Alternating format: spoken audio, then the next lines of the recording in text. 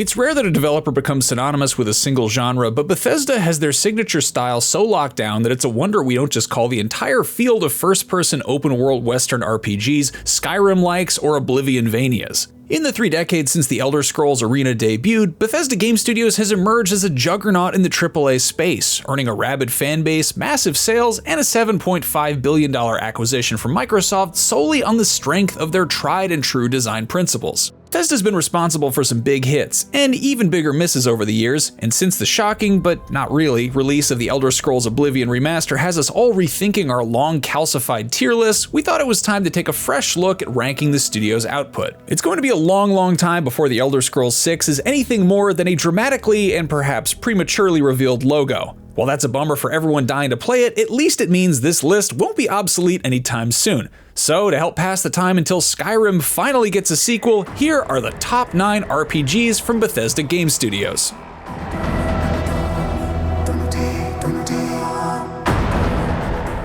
Before we start, we should clarify that we're strictly talking about Bethesda's trademark RPGs on this list. The extremely mid-tier Elder Scrolls spin-offs like the co-op Fuse Battlespire and swashbuckling action-adventure Redguard need not apply here, nor to mobile games like the Elder Scrolls Blades and Fallout Shelter, though we've definitely got a soft spot for the latter game's dark humor and infinite armies of cartoon dwellers captured in the charming Vault Boy style. No, this list is for the heavy hitters, the sprawling prestige sandboxes that immediately come to mind when one thinks of a capital B, capital G Bethesda game. Though admittedly, we're starting out on a rather humble foot with the Elder Scrolls Arena.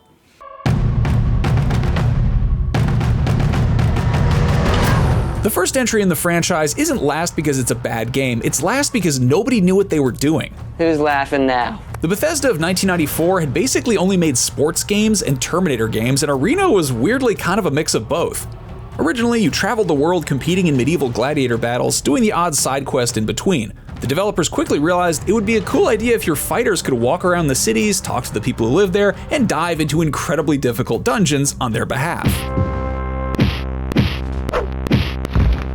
The result is an impressive little first-person RPG that's very much of its era, a where the hell do I go 'em up in the vein of Ultima Underworld and Might and Magic.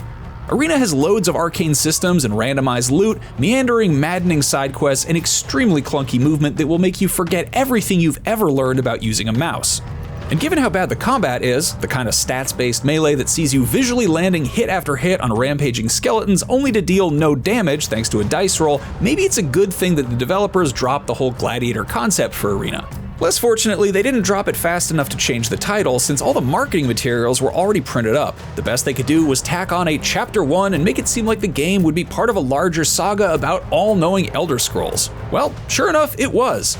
Declaring your debut the start of a new franchise is a gutsy move that more often than not ends in failure, but the extremely flawed Arena was still successful enough to set Bethesda on a path that would fulfill their prediction and boldly go beyond.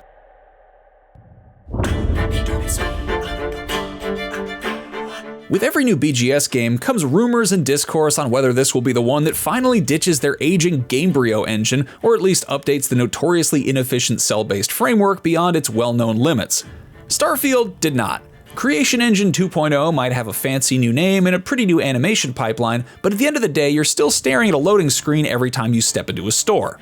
The NASA punk sci-fi setting was a welcome departure from the low-tech locales of Tamriel and the Wasteland, even though it's starting to wear out its welcome, but it's ill-suited for Bethesda's style. They're great at creating one big connected world full of discoveries, nooks and crannies, and intricately staged skeletons with nearby flavor notes. Instead, Starfield boasts 1,000 procedurally generated planets with what feels like a dozen different points of interest repeated between them. Now, we've solved more than a few Dragon Claw puzzles in our day, but somehow that never felt as aggravating as landing on a new planet and stumbling across another abandoned cryolab or mine. Dear God, the mines. If you're bored in a samey drawer dungeon, you could just walk to something cool around the corner, but in Starfield, you're just kinda stuck dejectedly wiping out some pirates, hoofing it back to your spaceship, and blasting off with a heavy sigh. It might seem harsh to place Starfield so close to something as primitive as Arena, but it's easier to forgive the shortcomings of a gallant first effort from an inexperienced team than those of a $200 million AAA behemoth that promised the moon and failed to deliver.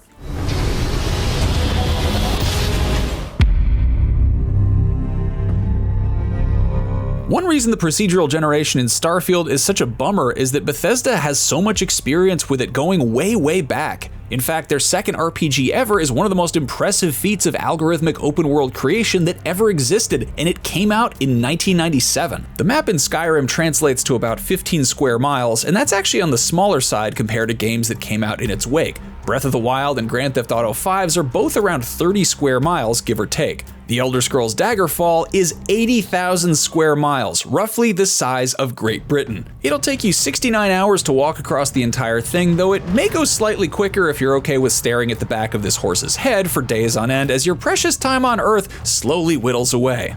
The world is vast, sparse, and kind of ugly, but it's definitely not empty. The Iliac Bay area contains 9 distinct climates, 44 different political regions, and 15,000 points of interest scattered throughout. We're talking 4,000 dungeons and 5,000 cities or towns populated with hundreds of quests and non-player characters. Needless to say, there's a touch of wonky procedural generation involved. But what good is a huge world if it's a slog to move around in? The dungeon crawling combat is only slightly improved, though the debut of the series' trademark improve your stats as you use their skills progression system is definitely appreciated. In Daggerfall, it's the experience above ground that made the biggest leap in quality. You could buy houses and boats, join guilds, steal and murder to your heart's content, and deal with the consequences. While it's all relatively simple and extremely opaque, the opportunities for immersion within Daggerfall almost make you wish you could explore it with a friend or two. Almost.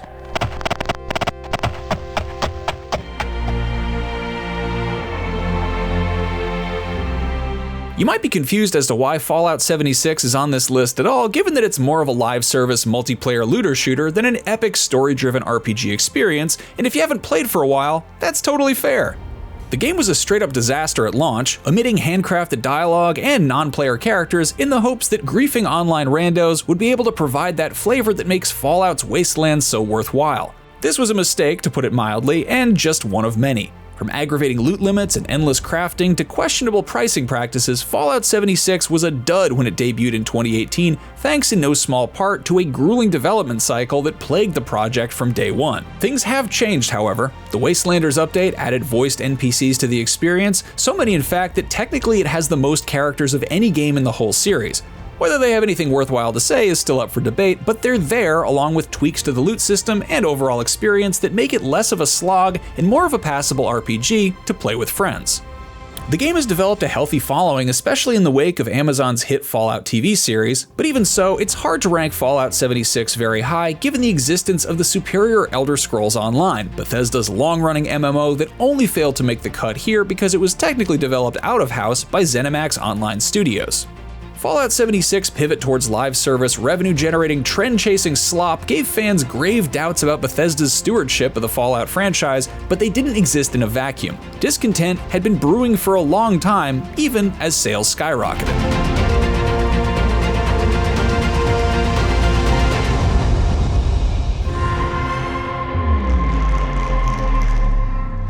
At 25 million copies sold, Fallout 4 is the most successful game in the series by a wide margin, beyond the wildest dreams of Tim Kaine and the rest of the Interplay Black Isle crew that created the original isometric RPGs in the 90s, though that success comes with a cost. Streamlined gameplay and welcome quality of life features can turn a niche cult classic into a mainstream blockbuster, but balancing that accessibility without sacrificing depth and complexity is no easy task, and Fallout 4 didn't quite pull it off.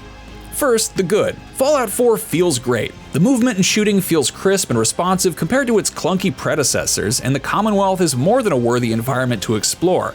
A new system that allows you to design and build your own settlements is an impressive addition to Bethesda's aging tech, though it's a coin flip as to whether you'll find it fun or a complete waste of time. The game looks and sounds spectacular and was arguably the most polished launch product Bethesda has produced since, well, ever. Some of its expansions, particularly Far Harbor, seem to capture that old Fallout feeling, and there's at least one all-time classic character to emerge out of the crowd of Bostonian blandness and micromanaging Minutemen in the form of android private eye Nick Valentine. The story, revolving around high-tech synthetic humans teleporting from a crisp and clean underground lab, is at odds with the grungy atom punk flavor of the Fallout universe, and the bizarre twist involving the identity of your character's missing son was both blindingly obvious and incredibly dumb. The whole experience feels kinda like a Fallout-flavored theme park ride, plopping you in power armor to face off with a Deathclaw within the first hour of gameplay. From there, the game parades you through a series of shallow choices and uninteresting factions until you pick who you're going to side with and watch the uninspired endings play out. The biggest detriment to the game has to be the dialogue system. The first Fallout famously allows for all sorts of freedom in how the Vault Dweller interacts with the world around them, from monosyllabic grunts to talking the super mutant master into unaliving himself in the final boss battle. Fallout 4, on the other hand, made the dubious decision to voice all of our protagonists' interaction, severely limiting their options.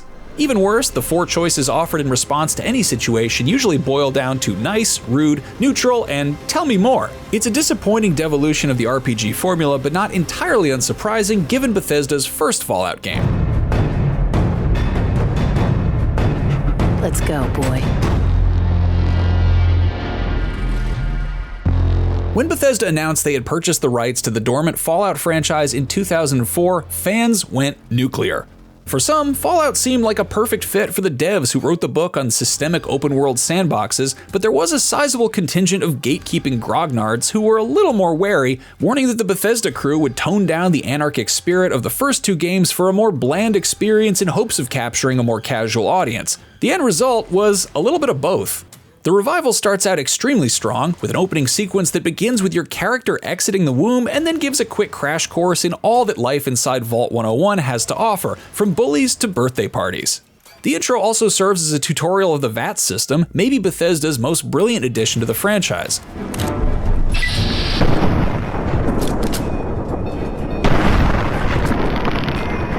The isometric turn-based Fallout games allowed your character to target individual body parts in combat, allowing for agonizing and often hilarious precision shots.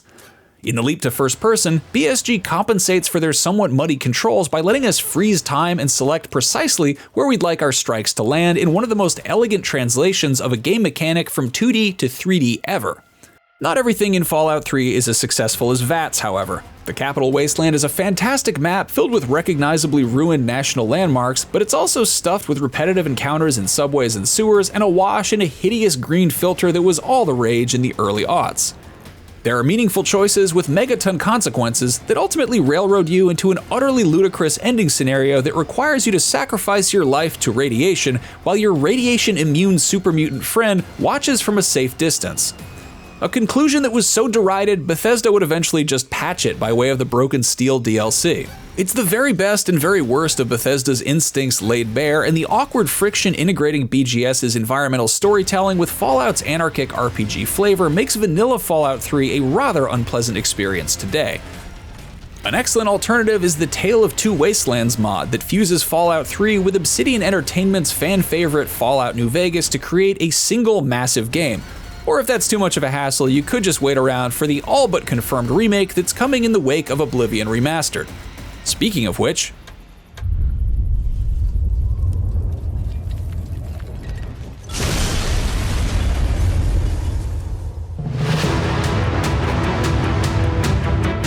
this was a tough call. Many of Oblivion's adoring fans might find it blasphemous to be placed before Skyrim, while haters might contest that some of the Fallouts are superior. The truth, as always, is subjective, except for our ranking on lists like this, which are infallible, definitive, scientifically determined, and legally binding, so let's just see how it stacks up. Oblivion is the foundation of modern Bethesda games. Morrowind obviously came before, but it's notable that Fallout, Starfield, and every Bethesda game and Bethesda wannabe since 2006 have used Oblivion as the template rather than its predecessor. The awkward pause and zoom in to start a conversation, the OP dominance of stealth archery, the ramping up power fantasy designed to make a lowly prisoner eventually feel like the most important being in all of Tamriel. It's all here in pretty much its final form, though with lots of room for improvement. The main plot sees you fending off a demonic Daedric invasion alongside a Sean Bean-voiced bastard in a cinematic saga that borrows big time from Peter Jackson's wildly popular Lord of the Rings trilogy. But it's the side quests, particularly those involving guilds, that really elevate Oblivion. They're all really solid in Skyrim too, but Oblivion's individual missions have a lot more going for them. Instead of Skyrim's fairly rote assassinations on behalf of the Dark Mother, your devotion to the Dark Brotherhood in Oblivion is tested by specific kill conditions that make you feel like an Argonian Agent 47. Meanwhile, Skyrim's introduction to the Thieves Guild is basically just getting approached by a recruiter on the street. But in Oblivion, the Thieves Guild only exists as shadows and rumors, and the only clue that it exists are scattered posters and urban legends, and you have to really work to seek it out. So why did we rank Oblivion below Skyrim?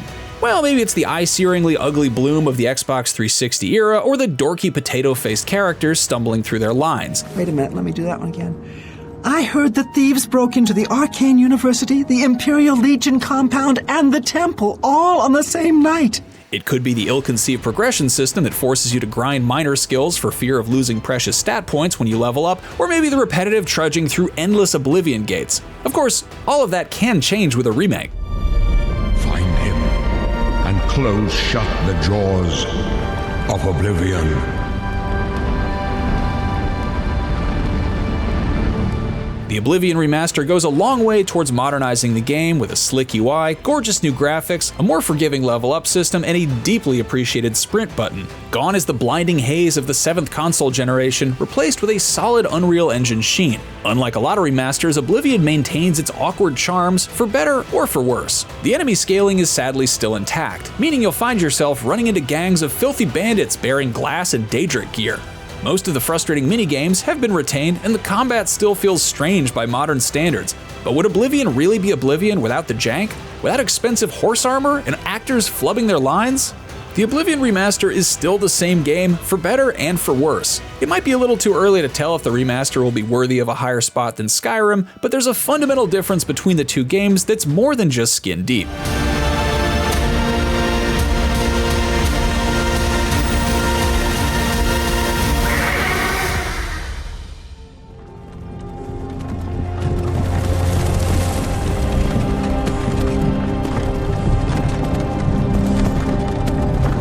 You're finally awake.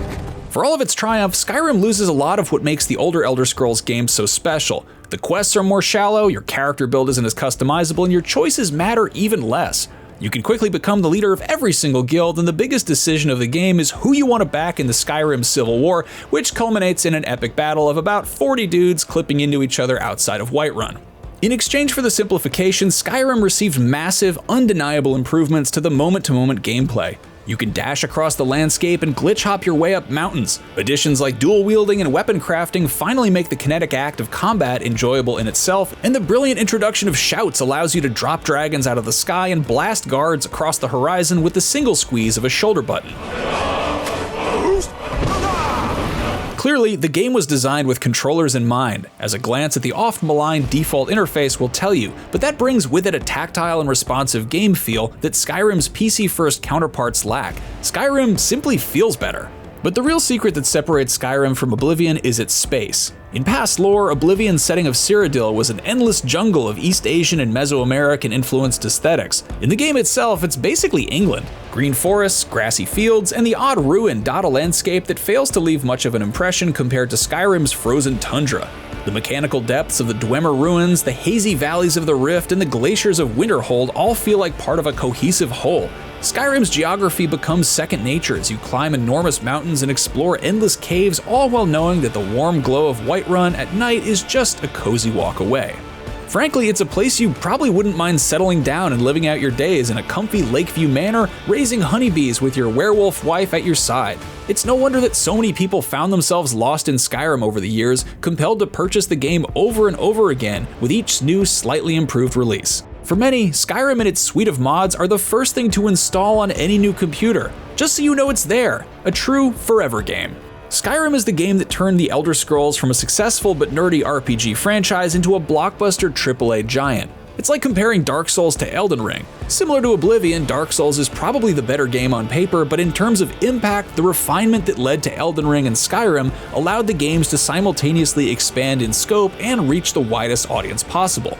Skyrim isn't a game you have to recommend with huge caveats to your friend who mostly plays Warzone. It sacrificed just enough of its systems to smooth out its friction points, and in the process became an all-time bestseller. This isn't to say that it should be ranked highly just because it made a ton of money, but rather that it made a ton of money because of how well it struck a balance between accessibility and depth, allowing players of all kinds to immerse themselves in an intricately crafted world and live out that timeless, universal, archetypal fantasy of slaying dragons. But with all due respect to Skyrim's successful efforts to make the game accessible to the mainstream, our number one spot goes to the game that achieved the exact opposite.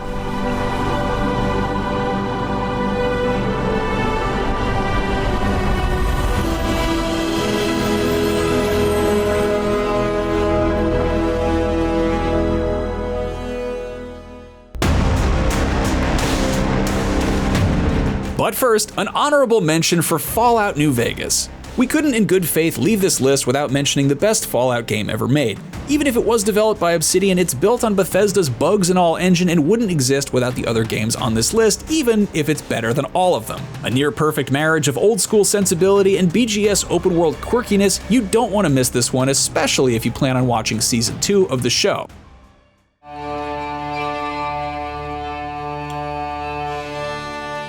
Which brings us to the greatest Bethesda game of all time so far. Coming in hot from the Isle of Vardenfell, it simply must be The Elder Scrolls III Morrowind.